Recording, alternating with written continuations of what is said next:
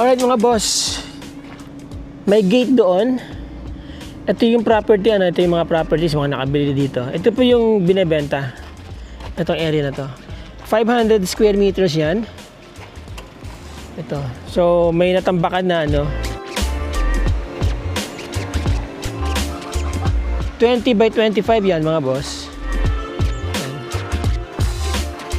Ayan ang property tambakan nyo na lang, konti na lang tatambak ninyo. And then, yun ang access nyo sa beach. Pupuntahan po natin yan. Diba? Maganda ang scenery dito mga boss. Dito, pag kumanan kayo, papunta kayo ng downtown Pundakit or dun sa kaya ng mga boat papuntang Anawangin. Ayan. May mga tanim na mulberries dito. Alright, tignan po natin yung beach, yung harap ng beach. Okay, mga boss, itong area na to, mga na-subdivide na po yung mga lupa dito, magaganda yung mga bahay, magaganda na mga structures, po. Now dito, may swimming pool. Hindi lang ako sure kung 100%, hindi ako sure kung ito ay kasama sa mga amenities. But anyway, doon po tayo galing, nandun yung property. Merong pool dito, ayan Tignan natin kung may nagbabantay. Wow! Wow! Sarap maligo, ma'am! Sobrang ganda!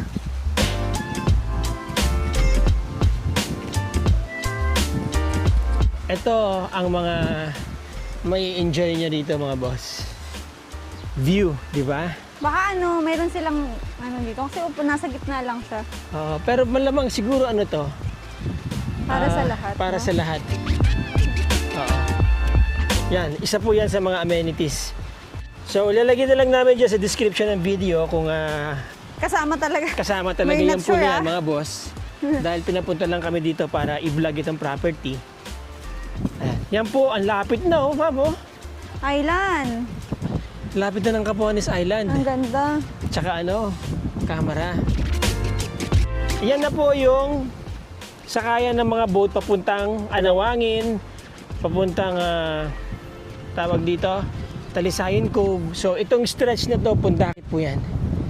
Yan. Mai-enjoy nyo to super mga boss. Pagka nakuha nyo tong property dito.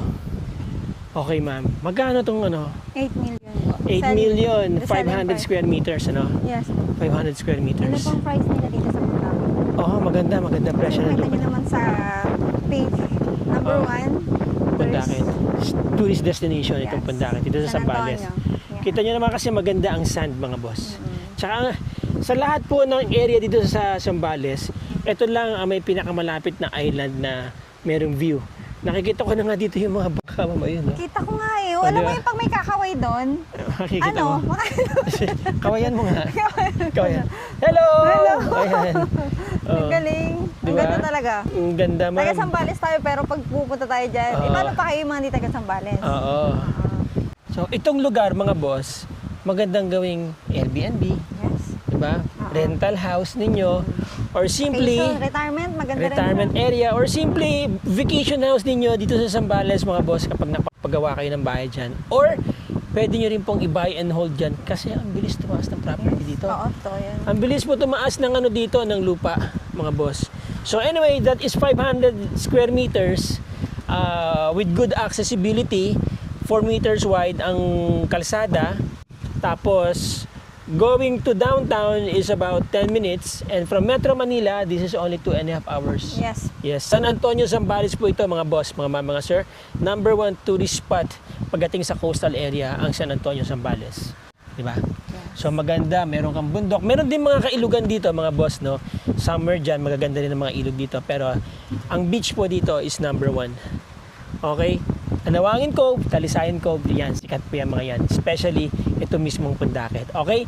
Yung mga interesado dyan, mga boss, mga ma'am, mga sir, you know the drill. Nandiyan ang aming contact details, nandiyan ang aming number pa. Hindi pa natin iba ang pang... drone, ha? Oo. Kasama na yun, nadodrone na natin. Oo, ulit. Okay. Nawala ako. Okay mga boss, mga ma'am, mga sir, yung mga interesado dyan na magkaroon ng property dito sa Munting Paraiso na to mga boss, nandyan ang aming contact details, nandyan ang aming iba pang contact details sa description ng video, at yung mga hindi pa po namin nabanggit na amenities dito, nandyan din po sa description ng video na yan mga boss. Schedule na kayo ng tripping ninyo, schedule na kayo ng visitation ninyo para ma-feel nyo yung vibes ng Pundaken. Sabi yung fresh ng air. Fresh ng air. Tapos, ito palagay ko lang mama, kasama yan sa amenities. Kumbaga, mai-enjoy niyo yung pool na yan. Dahil walang bakod eh. Parang lahat sila may-ari po nito. Okay? Opo. Regardless, kung may bayad man yan, at least merong pool dyan na magagamit kayo, di ba? Hindi naman siguro maniningil ng sobrang Nakaharap mahal ka yan. sa anong island, no? Oo. Okay, mga boss, mga ma'am, mga sir. Again, maraming salamat sa inyong panonood. Maraming salamat sa inyong time. Till the next video po. Till the next video mga boss, mga ma'am, mga sir. Ciao!